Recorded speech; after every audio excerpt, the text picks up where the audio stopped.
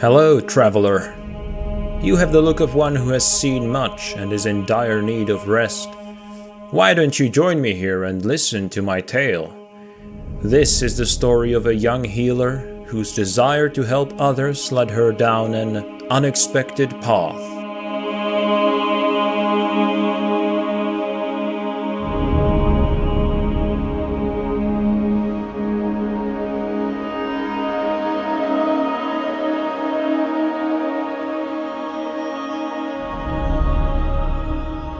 I am close. It's been a long and arduous journey, but I can finally see its end. Narsis, the seat of House Lalu and one of the largest cities in Morrowind. It is said Narsis is full of destitute beggars as well as avaricious nobles. Both have need of the mercy of almsivy. I could have chosen a place of greater piety to finally experience the home of my ancestors. I could have traveled to Vivek or Almalexia or Necrom or any other holy site. Yet, as Archcanyon Sarioni writes, forge a keen faith in the crucible of suffering. Before I am worthy of setting foot in such a holy place, I must first serve the tribunal by spreading their blessings. And who needs them more than Dunmers so blinded by their selfish interests that they turn away from the one true way? They will listen to me. I have lived in the Imperial City all my life and kept my faith. I know that the faith of our ancestors offers more hope than the misguided cult of the Imperials. I hope my parents have come to terms with my leaving by now. It is only natural that they worry about me. But I walk with the tribunes. I have no doubt that they watch over me in every hour. The smooth journey all the way from the Imperial City has been sufficient evidence. Mother and father have instilled in me a great love for the tribunal. To love the tribunal, one must be wise. To be wise, one must follow in the footsteps of the saints. I follow in the footsteps of Saint Veloth, who left his own decadent home to travel to the Promised Land. I hope I can serve the Holy Ones half as well as him.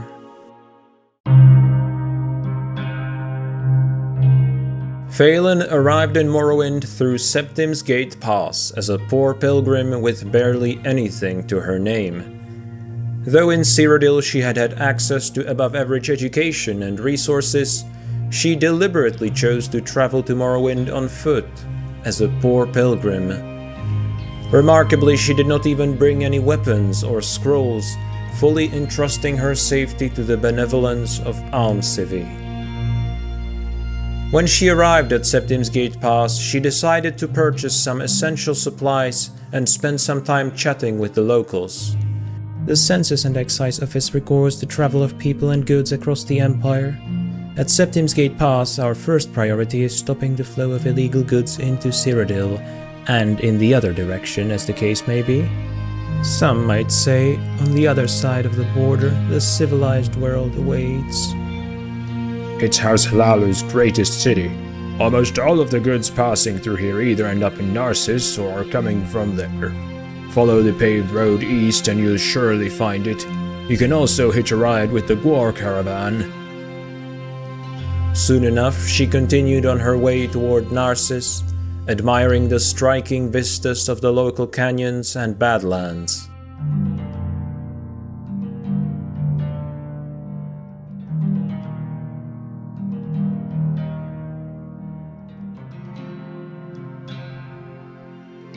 After a short walk, she came across a wizard in need. I am Renixia Vedius, a traveling sorcerer from Nibene. I'm working on a spell to summon a special winged twilight. I need someone willing to fight it while I observe and take notes. Obviously I can't take notes if I fight it myself. The local fauna has been a disappointment so far. If you manage to defeat it, I'd be willing to teach you some exclusive spells. For a modest fee, of course. Interested? Sadly, Faylen lacked the skills to help her, but vowed to do so if they ever meet again. She collected some exotic plants and carefully snuck around a pack of Nyx hounds. However, just before arriving in the town of Shipal Shin, she was attacked by one of the infamous creatures of Morrowind, a flying pest called the Cliff Racer. Fortunately, the local guards acted swiftly to protect her, killing the creature. As dusk was near, Faylen decided to spend the night in the village and take advantage of her first meeting with the locals to learn more about the province. Despite its current state, Ship al-Sharai remains an important location for traders coming from Narsis, the House Lalu towns to the north, the Shinathi camps, or from Cyrodiil along the Purple Road. An Imperial told her about the activities of House Lalu, the dominant house of the region. House Lalu still respects the old Dunmer ways, the ancestors, the temple, and the noble houses, but times change and the empire changes with the times. Due to her twofold upbringing by Dunmer parents as well as Imperial tutors, Faylen had never been sure how to interpret the role and politics of House Lalu. On one hand, she believed the house to be exceedingly greedy, a view supported by an article in the local newspaper which spoke about a revolt on the distant Vardenfell caused by Lalu monetary policy. The recent increase in the rates of tariff and tax by the Imperial administration was met with widespread condemnation across Morrowind. On the other hand, the Hlalu worked for greater integration with the Imperial province, which seemed a good way to preserve Dunmer culture and help the economic situation of poor towns like Ship al-Shin. She decided to reserve her judgment until she reached the seat of the house's power itself, Narsis. While most of the locals were willing to talk, Faylen also encountered members of the infamous Kimona Tong, who saw her as an outlander. There's a rumor that most outlanders don't stay for long in Ship al-Sharai, for various reasons. Despite her love of her Dunmer ancestry and its rich culture, Faylen vehemently disagreed with the Tong's goals and methods, but was wise enough not to mention her opinions. As she intended to make an early start in the morning, she decided to retire to bed without exploring the town for much longer.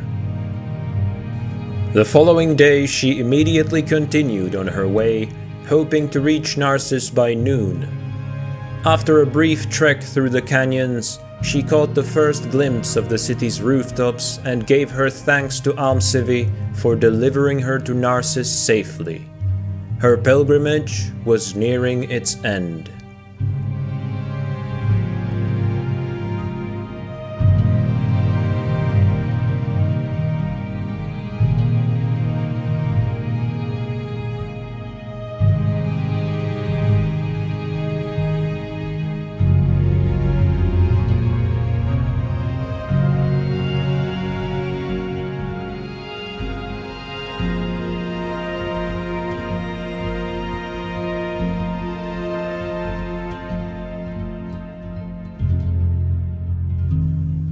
Natives of the Imperial City are not easily impressed, but Faylen immediately recognized Narsis as the largest settlement she had seen since setting out from the capital.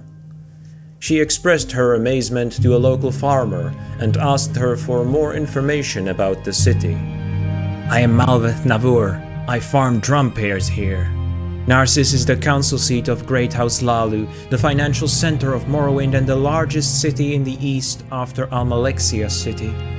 Located at the terminus of both the western Purple Road and the Thur River, it's a trade hotspot. The council quarter Mesa is the administrative center, the market quarter holds most of the trade houses and shops, and the foreign quarter has the Imperial guilds. The waterfront, the St. Veloth quarter and the Old quarter hold various corner clubs, inns and homes. The Eight Bones Temple is the biggest temple in Narsis. Pilgrims come from all over Morrowind to see Muatra, the god king Vivek's legendary spear, which sits there in grand display. However, Faylen also stumbled across the local slave market, a place which brought her great discomfort.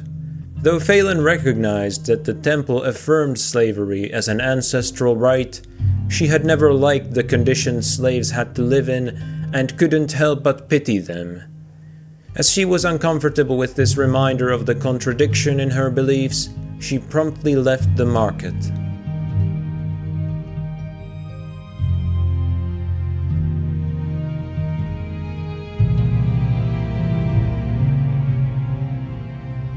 Another place of note was the Grand Bazaar, the large building in which merchants and moneylenders dwelt. It was impossible for Faylen to see it as anything but a symbol of the greed and corruption the city had a reputation for. When she learned that all the merchants had to pay sizable tribute to the second Hlaalu family, it only reaffirmed her beliefs. Losing no more time, Faylen headed straight to the Eight Bones Temple.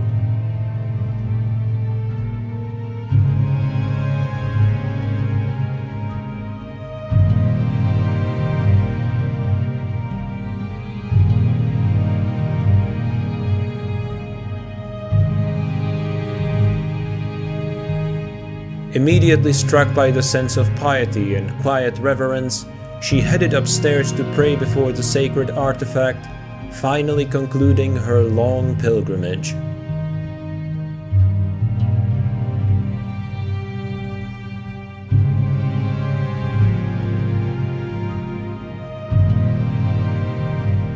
In sorrow and in fury, Vivek shaped his love into Muatra, the milk-taker, whose kiss left both demon and Velothi barren. Many pilgrims have come to this place to lay bare their own spear in Muatra's shadow. It is here they learn whether they are to be left hallowed or hollowed by Lord Vivek's terrible mercy. Unrobe your fear, unveil your doubt. Under Vivek's gaze we pierce, and we are devout. The local priestess, Milara Orvain, seemed stern but fair. I am Milara Orvain, master of the Eight Bones Temple of Narsis. Before I was named to this position, I was a witch hunter in service to the Alma Rula in Almalexia. As she listened to Faylen's introduction, she nodded along, but her demeanor lacked the warmth Faylen had been hoping for. When Faylen explained her desire to help the less fortunate and asked to join the temple, Yes, I am worthy. Milara accepted her request but told her that she must complete 3 new pilgrimages first. And as the Velothi of the past took up their spears, so too must you take up yours. Bring it here to this temple, and compare it with Lord Vivek's terrifying spear Muatra. Disregarding Faylen's long walk all the way from Cyrodiil, she told her to seek out the local shrines and bring sacrifices to prove herself worthy of the temple. As Faylen had been offered no free hospitality, she had no choice but to buy her own meal and bed at the temple, and realized that her funds would soon run out. Trusting in the providence of Almsivi, she went to bed reciting her duties as a new layman of the temple. The path to wisdom and self-knowledge is through pilgrimage. Those who would rise in the ranks of the faithful may retrace the steps of the lords and saints and gain blessings and learn virtue by suffering and overcoming hardships.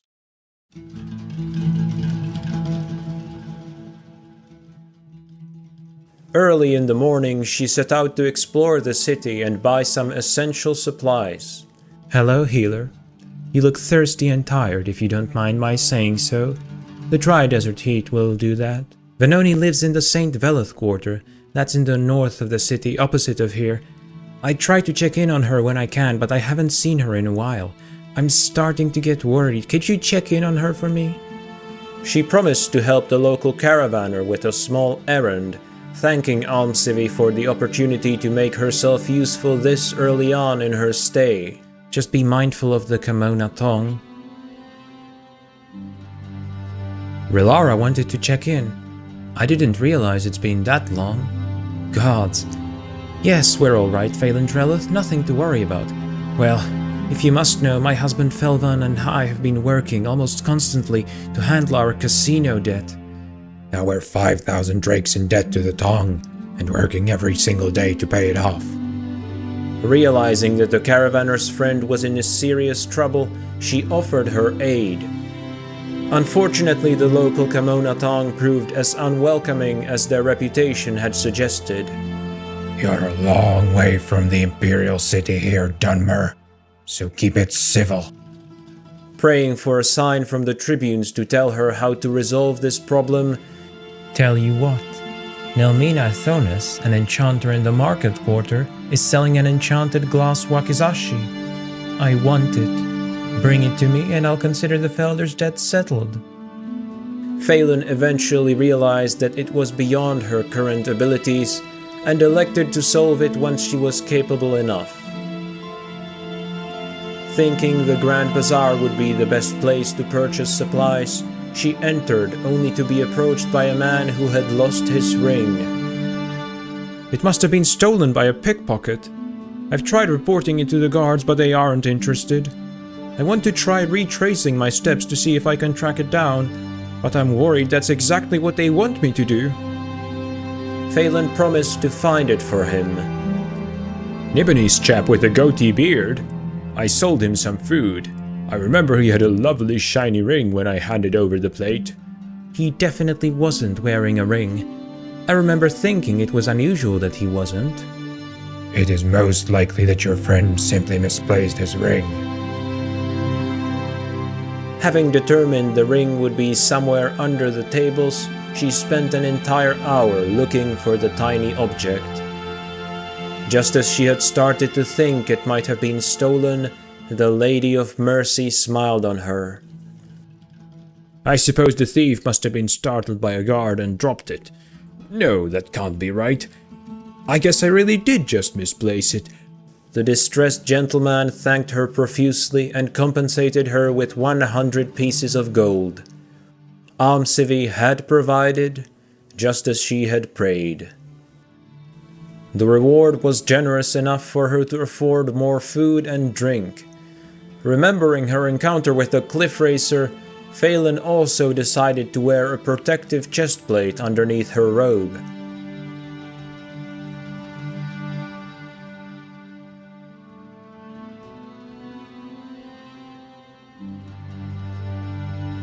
When one of the local shopkeepers asked Faylen to retrieve a stolen robe from a dangerous thief, I recently perfected a unique enchantment, one that improves your fighting skills with long blades but at the same time greatly weighs down the wearer. Unfortunately, the day I was going to sell it, an Argonian broke into my workshop and stole it before I could bring it down. She accepted, believing that the warrior poet would speak through her to convince the thief of the error of her ways. Greetings, healer. Watch what you say, healer. The world is dangerous, you know. Would you really want the words you just spoke to be your last? This time, however, her efforts were insufficient.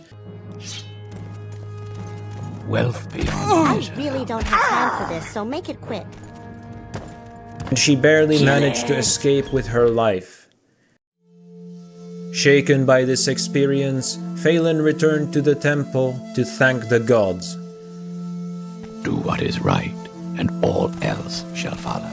Her temple brethren, however, remained just as cold and unhelpful as they had been before. You stand before the Narsis catacombs, dark elf.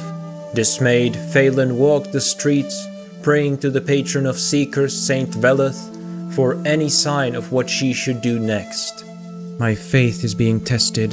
The locals want nothing to do with me, and the temple sends me on dangerous pilgrimages without providing even the most essential supplies. Lady Almalexia, please tell me, what should I do?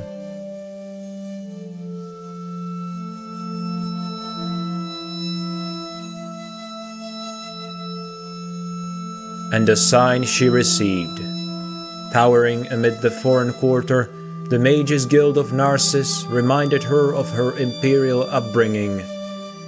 She realized that the best of healers combined the wisdom of the temple with the learning of the guild. She realized that to help the powerless, she must first become powerful. She realized that every moment of her life had led to this very occasion. She approached and stepped through the door.